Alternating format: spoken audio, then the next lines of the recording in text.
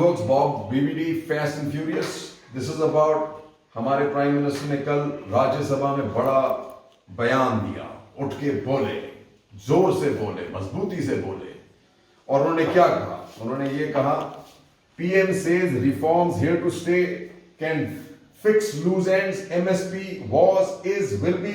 Small farmers at heart of policy, should we not care for them? मैं आपको ये बताऊंगा, ये मुद्दा MSP है, रहेगी का नहीं है। मुद्दा ये है कि MSP पे सरकार खरीदारी करेगी। मुद्दा ये है कि MSP पे ये प्राइवेट हमारे प्राइवेट ट्रेडर्स हैं, साहूकार हैं, वो खरीदारी करेंगे। पर अगर हम देखते हैं जो आजकल बिहार में हुआ है, जहां पर ये लॉज का रद्द कर दी गई है, वहां पर आपको पता चलेगा कि 60 से 70% फार्मर है जिसकी MSP पे खरीदारी हो रही है पिछले 5 सालों में, और बाकियों को घाटे में अपना अनाज बेच के जा रहे हैं पंजाब मजदूरी करने। और दूसरी बात ये कहती हैं कि ये छोटे फार्मर के लिए, उनके लिए हमको केयर करना चाहिए। आपको ये बताना चाहूंगा कि ये लॉ जो है, ये सबसे बड़ी कमजोरी छोटे फार्मर के लिए, छोटे किसान के लिए ही है। क्योंकि इस लॉ के साथ क्या होता है कि जो छोटे किसान की निगोशिएटिंग पावर है वो तो रहती ही नहीं है, क्योंकि बड़ा साहूकार है, उस बड़े साहूकार ने जो आपको दिया। ये तो चीजें उत्तराखंड में देखी जा रही है। वहां पर उत्तराखंड में वो ये साहूकार जाके कहते हैं कि कोई यहाँ पर कोई खरीद नहीं रहा गोभी या फल, वहां से क्या कहते हैं, गोभी और फल 4-5 रुपए किलो में आ जाता है, फिर उसको रीपैकेज करके 200-300 रुपए में बिक रहा है। यही प्रॉब्लम आने वाली है, और ये धोखा है, सरासर धोखा है, और किसानों ने इसे देख लिया है। ये नहीं मैं कहूंगा कि हमारे फार्म लॉज को चेंज नहीं होना चाहिए, पर ये नजरअंदाज करना पड़ेगा। फिर ये क्या देखते हैं, क्या I am seeing new Jamaat, all आंदोलन जीव्स आर पैरासाइट्स। अगर ऐसे शब्द इस्तेमाल करेंगे तो किस प्रकार से जो किसान है वो आपसे आके बात करे, वो तो ट्रस्ट होगी नहीं आपसे।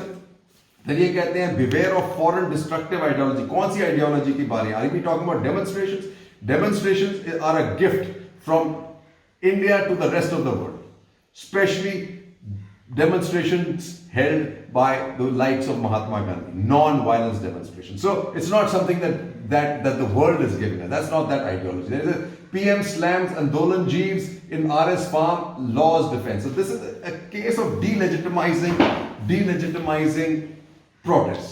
Protests are a part of a democracy. You cannot delegitimize it. First, you have delegitimized the area which was the boat club and those surrounding areas of Delhi and Ramlila Maidan because of fear. And now you're trying to delegitimize protests, right? But farmers rightly say, not satisfied with PM's assurance, says farmers. Rightly so. Andolan gave India freedom.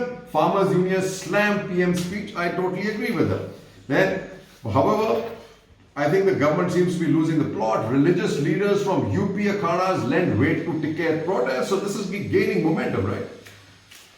And the foreign press says rising, the New York Times says rising fears of Modi's power after India's response to protests. But here, New York Times, I certainly find most of the articles that come out against India are written by two guys called Mujib Mashal and Sameer Yassir. And they may be a little biased. I think that they really need to get a little bit more unbiased. Then what do you have? Canada lists Proud Boys as terrorist groups due to domestic security threat. Now, so look at what Canada is doing. If they can list Proud Boys, that are the whites, right-wing whites, as a terrorist group, we have a we really have a difficult way to try and prove that what's happening here is why right. So basically, right-wing, whether it is right-wing Hindus or here in case of right-wing Proud Boys, anybody can be a domestic terrorist, folks. Then, what do we have there? Again, coming out of a foreign publication, India criticizes Rihanna, other celebrities for supporting farmer protests. But what they're writing about it is not seen in really, really good light, right? And this is something that we should note is what external scrutiny, internal divide, is what Raja Mohan writes. He says, a calmer look suggests that India's problem is not with external criticism, which in any case is not difficult to handle. India's real challenge is the deepening domestic political divide. The inevitable extension of this divide to the diaspora has created more favorable conditions for foreign meddling. And he is right about that. And what else does he say, which is important to note? Meanwhile, India's internal conflicts have inevitably enveloped the diaspora.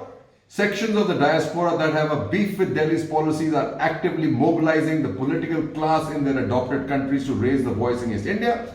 They are also building wider coalitions to put the Indian government on the mat. If the diaspora in the past helped India overcome some difficult problems with this counter mobilization of the diaspora that is at the very cutting edge of shaping the Western criticism of India. The government's ability to overcome the growing external criticism of its policies depends crucially on rebuilding the national consensus on key policies and healing the multiple social rifts. Without a visible and sincere political effort to promote unity at home, internal divisions will get worse and make India more vulnerable to external meddling. Absolutely right. And this is buttressed by Sanjay Baru, who writes, the foreign hand is back. None less than Prime Minister has said that an international conspiracy is afoot. Everything from Hindutva to Indian tea is under attack. Indian tea, of course, and yoga, of course. Of course, India's enemies will always fish in troubled waters, but to point fingers at singers and tea drinkers and like in McCarthy's America of the 50s, look for reds under beds, makes a mockery of national interest. Yet domestic politics needs a foreign hand every now and then. The problem of unemployment, poverty, inequality, caste and communal tension and all the other challenges India faces have not gone away. A million mutinies are afoot, but how dare we say they are made in India? Behold the foreign hand. And then this is an event, global event called the Super Bowl, where there is an ad that is on Farmster, and I'm quite sure that's going to cause a humongous amount of problems. What do we have here? Haryana leaders urge caution on AICC stir in support of farmers. This is really important, folks, because I think politicians should stay out of it because the government is just looking for an opportunity. Here we say, women of Shaheen Bagh move SC. Seek parity with Farmster. Here, so now the Farmster has been legitimized by the Supreme Court. Then why isn't Shaheen Bagh? I think this needs to be looked at. What does the Supreme Court say?